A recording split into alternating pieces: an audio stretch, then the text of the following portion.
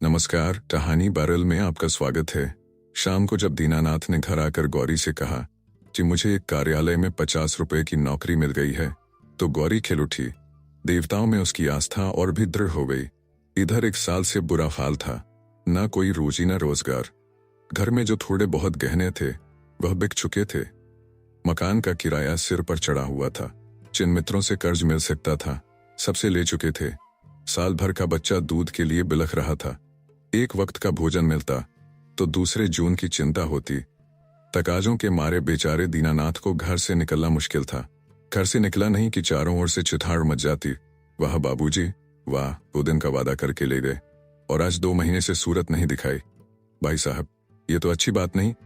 आपको अपनी जरूरत का ख्याल है, मगर दूसरों की जरूरत का जरा भी ख्याल नहीं। इसी से कहा है, दुश्मन को चाहे कर्ज दे दो, दोस्त को कभी न दो।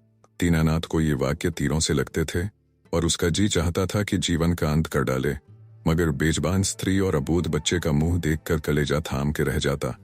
बारे, आज भगवान ने उस पर दया की और संकट के दिन कट गए। गौरी ने प्रसन्न मुख होकर कहा, मैं कहती थी कि नहीं, ईश्वर सबकी सुधि लेते हैं और कभी न कभी हमारी भी सुधि लेंगे, मगर तुमको विश्वास ही न आया था। बोलो, अब तो ईश्वर की दयालुता के कायल हुए। दीनानाथ ने हठधर्मी करते हुए कहा, यह मेरी दौड़ धूप का नतीजा है। ईश्वर की क्या दयालुता। ईश्वर को तो तब जानता जब कहीं से छप्पर फाड़ कर भेज देते, लेकिन मुंह से चाहे कुछ कहे, ईश्वर के प्रति उसके मन में श्रद्धा उदय हो गई थी। दीनानाथ का स्वामी बड़ा ही रूखा आदमी था और काम में बड़ा चुस्त। उसकी उम्र 50 के लगभग थी और स्वास्थ्य भी अच्छा न था। फिर भी वह कार्यालय में सबसे ज्यादा काम करता। मजाल न थी कि कोई आदमी 1 मिनट की भी देर करे या 1 मिनट भी समय के पहले चला जाए। बीच में 15 मिनट की छुट्टी मिलती थी। उसमें जिसका जी चाहे पान खा ले या सिगरेट पी ले या जलपान कर ले। इसके अलावा 1 मिनट का अवकाश न मिलता था। वेतन पहली तारीख को मिल जाता था। उत्सवों में भी दफ्तर बंद रहता था और नियत समय के बाद कभी काम न लिया जाता था। सभी कर्मचारियों को बोनस मिलता था और प्रोविडेंट फंड की भी सुविधा थी। फिर भी कोई आदमी खुश न था। काम या समय की पाबंदी की किसी को शिकायत न थी। शिकायत थी केवल स्वामी के शुष्क व्यवहार की। कितना ही जी लगाकर काम करो, कितना ही प्राण दे दो, पर उसके बदले धन्यवाद का एक शब्द भी न मिलता था।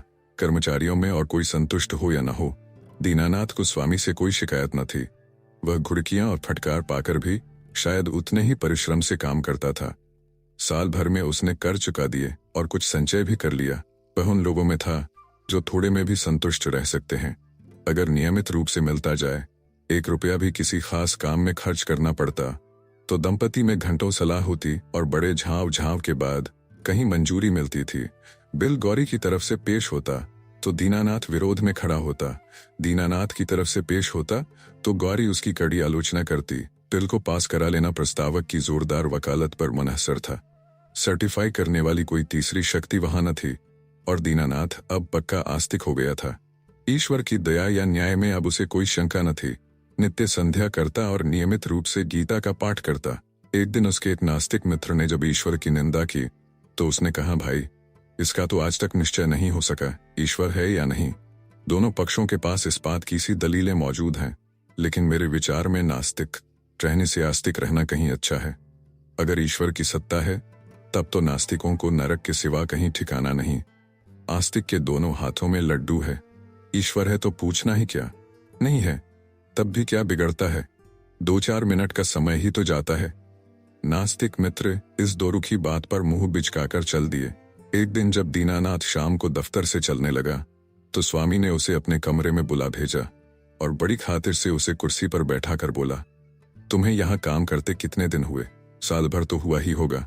दीनानाथ ने नम्रता से कहा, जी हाँ, 13वां महीना चल रहा है। आराम से बैठो, इस वक्त घर जाकर जलपान करते हो? जी नहीं, मैं जलपान का आदी नहीं। पान वान तो खाते ही होगे, जवान आदमी होकर अभी से इतना संयम। ये कहकर उसने घंटी बजाई और अर्दली से पान और कुछ मिठाइयां लाने को कहा। दीनानाथ को शंका हो रही थी, आज इतनी खातिरदारी क्यों हो रही है? कहाँ तो सलाम भी नहीं लेते थे, कहाँ आज मिठाई और पान सभी कुछ मंगाया जा रहा है। मालूम होता है मेरे काम से खुश हो गए हैं। इस ख्याल से उसे कुछ आत्मविश्वास हुआ और ईश्वर की याद आ गई। अवश्य परमात्मा सर्वदर्शी और न्यायकारी है, नहीं तो मुझे कौन पूछता। अर्दली मिठाई और पान लाया। दीनानाथ आग्रह से विवश होकर मिठाई खाने लगा। स्वामी ने मुस्कुराते हुए कहा, तुमने मुझे बहुत रूखा पाया होगा। बात यह है कि हमारे यहाँ अभी तक लोगों को अपनी जिम्मेदारी का इतना कम ज्ञान है कि अफसर जरा भी नर्म पड़ जाए तो लोग उसकी शराफत का अनुचित लाभ उठाने लगते हैं और काम खराब होने लगता है। कुछ ऐसे भाग्यशाली हैं जो नौकरों से हेल मेल भी रखते हैं, उनसे हंसते बोलते भी हैं, फिर भी नौकर नहीं बिगड़ते, बल्कि और भी दिल लगाकर काम करते हैं। मुझ में वह कला नहीं है, इसलिए मैं अपने आदमियों से कुछ अलग अलग रहना ही अच्छा समझता हूँ। और अब तक मुझे इस नीति से कोई हानि भी नहीं हुई, लेकिन मैं आदमियों का रंग ढंग देखता रहता हूँ और सबको परखता रहा हूँ। मैंने तुम्हारे विषय में जो मत स्थिर किया है वह यह है कि तुम वफादार हो और मैं तुम्हारे ऊपर विश्वास कर सकता हूँ। इसलिए मैं तुम्हें ज्यादा जिम्मेदारी का काम देना चाहता हूँ, जहां तुम्हें खुद बहुत कम काम करना पड़ेगा, केवल निगरानी करनी पड़ेगी। तुम्हारे वेतन में 50 रुपए की और तरक्की हो जाएगी। मुझे विश्वास है तुमने अब तक जितनी तनदेही से काम किया है उससे भी ज्यादा तनदेही से आगे करोगे। दीनानाथ की आंखों में आंसू भर आए और कंठ की मिठाई कुछ नमकीन हो गई। जी में आया स्वामी के चरणों पर सिर रख दे और कहे, आपकी सेवा के लिए मेरी जान हाजिर है। आपने मेरा जो सम्मान बढ़ाया है मैं उसे निभाने में कोई कसर न उठा रखूंगा। लेकिन स्वर कांप रहा था और वह केवल कृतज्ञता भरी आंखों से देख कर रह गया। सेठ जी ने एक मोटा सा लेजर निकालते हुए कहा, मैं एक ऐसे काम में तुम्हारी मदद चाहता हूं जिस पर इस कार्यालय का सारा भविष्य टिका हुआ है। इतने आदमियों में मैंने केवल तुम ही को विश्वास योग्य समझा है और मुझे आशा है कि तुम मुझे निराश न करोगे। ये पिछले साल का लेजर है और इसमें कुछ ऐसी रकमें दर्ज हो गई हैं जिनके अनुसार कंपनी को कई हजार लाभ होता है। लेकिन तुम जानते हो हम कई महीनों से घाटे पर काम कर रहे हैं।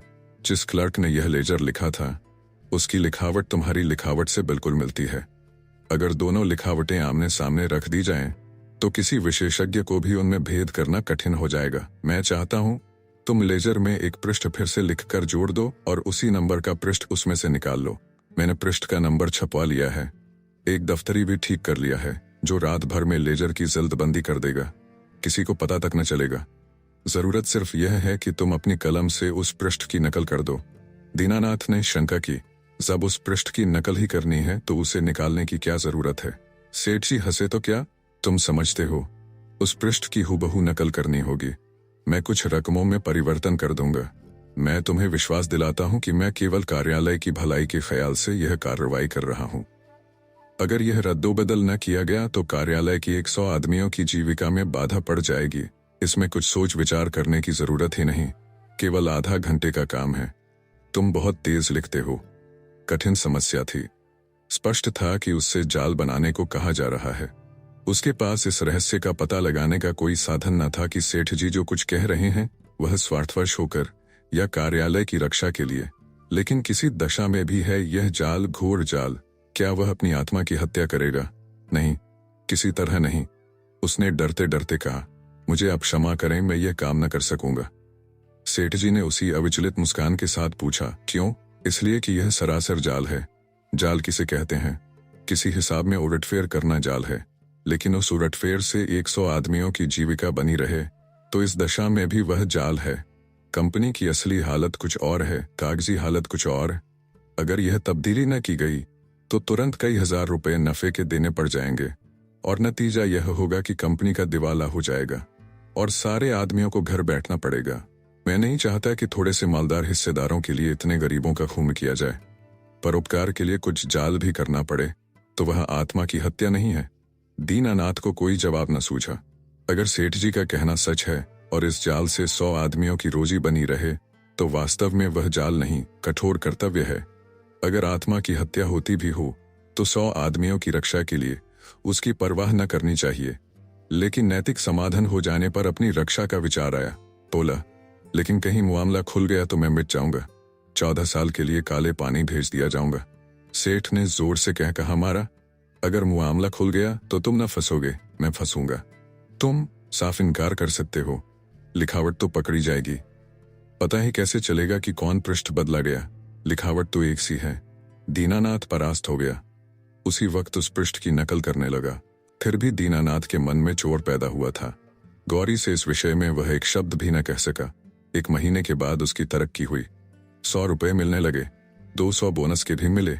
यह सब कुछ था। घर में खुशहाली के चिन्ह नजर आने लगे। लेकिन दीनानाथ का अपराधी मन एक बोझ से दबा रहता था। जिन दलीलों से सेठ जी ने उसकी जुबान बंद कर दी थी, उन दलीलों से गौरी को संतुष्ट कर सकने का उसे विश्वास न था। उसकी ईश्वर निष्ठा उसे सदैव डराती रहती थी। इस अपराध का कोई भयंकर दंड अवश्य मिलेगा। किसी प्रायश्चित, किसी अनुष्ठान से उसे रोकना असंभव है। अभी न मिले, साल 2 साल न मिले, 10-5 साल न मिले, पर जितनी ही देर में मिलेगा उतना ही भयंकर होगा। मूलधन ब्याज के साथ बढ़ता जाएगा। वह अक्सर पछताता, मैं क्यों सेठ जी के प्रलोभन में आ गया। कार्यालय टूटता या रहता, मेरी बला से। आदमियों की रोजी जाती या रहती, मेरी बला से। मुझे तो यह प्राण पीड़ा न होती, लेकिन अब तो जो कुछ होना था हो चुका और दंड अवश्य मिलेगा। इस शंका ने उसके जीवन का उत्साह, आनंद और माधुर्य सब कुछ हर लिया। मलेरिया फैला हुआ था, बच्चे को ज्वर आया, दीनानाथ के प्राण नहों में समा गए। दंड का विधान आ पहुंचा, कहाँ जाए क्या करे, जैसे बुद्धि भ्रष्ट हो गई। गौरी ने कहा, जाकर कोई दवा लाओ या किसी डॉक्टर को दिखा दो, 3 दिन तो हो गए। दीनानाथ ने चिंतित मन से कहा, हाँ जाता हूँ, लेकिन मुझे बड़ा भय लग रहा है। भय की कौन सी बात है, बेबात की बात मुंह से निकालते हो। आजकल किसे ज्वर नहीं आता। ईश्वर इतना निर्दयी क्यों है। ईश्वर निर्दयी है पापियों के लिए। हमने किसका क्या हर लिया है। ईश्वर पापियों को कभी क्षमा नहीं करता। पापियों को दंड न मिले तो संसार में अनर्थ हो जाए, लेकिन आदमी ऐसे काम भी तो करता है जो एक दृष्टि से पाप हो सकते हैं, दूसरी दृष्टि से पुण्य। मैं नहीं समझी। मान लो मेरे झूठ बोलने से किसी की जान बचती हो तो क्या वह पाप है। मैं तो समझती हूँ ऐसा झूठ पुण्य है। तो जिस पाप से मनुष्य का कल्याण हो वह पुण्य है। और क्या। दीनानाथ की अमंगल शंका थोड़ी देर के लिए दूर हो गई। डॉक्टर को बुला लाया, इलाज शुरू किया। बालक 1 सप्ताह में चंगा हो गया, मगर थोड़े दिन बाद वह खुद बीमार पड़ा। वह अवश्य ही ईश्वरीय दंड है और वह बच नहीं सकता। साधारण मलेरिया ज्वर था, पर दीनानाथ की दंड कल्पना ने उसे सन्निपात का रूप दे दिया। ज्वर में नशे की हालत की तरह यूं भी कल्पना शक्ति तीव्र हो जाती है। पहले केवल मनोगत शंका थी, वह भीषण सत्य बन गई। कल्पना ने यमदूत रच डाले, उनके भाले और गदाएं रच डाली, नरक का अग्निकुंड दहका दिया। डॉक्टर की एक घूंट दवा 1000 मन की गदा की आवाज और आग के उबलते हुए समुद्र के दाह पर क्या असर करती। दीनानाथ मिथ्यावादी न था, पुराणों की रहस्यमय कल्पनाओं में उसे विश्वास न था। नहीं, वह बुद्धिवादी था और ईश्वर में भी तभी उसे विश्वास आया जब उसकी तर्क बुद्धि कायल हो गई। लेकिन ईश्वर के साथ उसकी दया भी आई, उसका दंड भी आया। दया ने उसे रोजीदी मान दिया। ईश्वर की दया न होती तो शायद वह भूखों मर जाता, लेकिन भूखों मरना अग्निकुंड में ढकेल दिए जाने से कहीं सरल था, खेल था। कंड भावना जन्म जन्मांतरों के संस्कार से ऐसी बद्धमूल हो गई थी, मानो उसकी बुद्धि का, उसकी आत्मा का एक अंग हो गई हो। उसका तर्कवाद और बुद्धिवाद इन मनवंतरों के जमे हुए संस्कार पर समुद्र की ऊंची लहरों की भांति आता था, पर एक क्षण में उन्हें जलमग्न करके फिर लौट जाता था और वह पर्वत ज्यों का त्यों अचल खड़ा रह जाता था। जिंदगी बाकी थी, बच गया। ताकत आते ही दफ्तर जाने लगा। एक दिन गौरी बोली, जिन दिनों तुम बीमार थे और एक दिन तुम्हारी हालत बहुत नाजुक हो गई थी, तो मैंने भगवान से कहा था कि ये अच्छे हो जाएंगे तो 50 ब्राह्मणों को भोजन कराऊंगी। दूसरे ही दिन से तुम्हारी हालत सुधारने लगी। ईश्वर ने मेरी विनती सुन ली। उसकी दया न हो जाती तो मुझे कहीं मांगे भीख न मिलती। आज बाजार से सामान ले आओ तो मनौती पूरी कर दूं। 50 ब्राह्मण नेवते जाएंगे तो 100 अवश्य आएंगे। 50 कैगले भी समझ लो और मित्रों में 20-25 निकल ही आएंगे। 200 आदमियों का डॉल है। मैं सामग्रियों की सूची लिख देती हूँ। दीनानाथ ने माथा सिकोड़कर कहा, तुम समझती हो मैं भगवान की दया से अच्छा हुआ। और कैसे अच्छे हुए? अच्छा हुआ इसलिए कि जिंदगी बाकी थी। ऐसी बातें न करो, मनौती पूरी करनी होगी।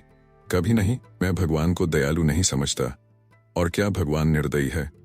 उनसे बड़ा निर्दयी कोई संसार में न होगा, जो अपने रचे हुए खिलौनों को उनकी भूलों और बेवकूफियों की सजा अग्निकुंड में ढकेल कर दे।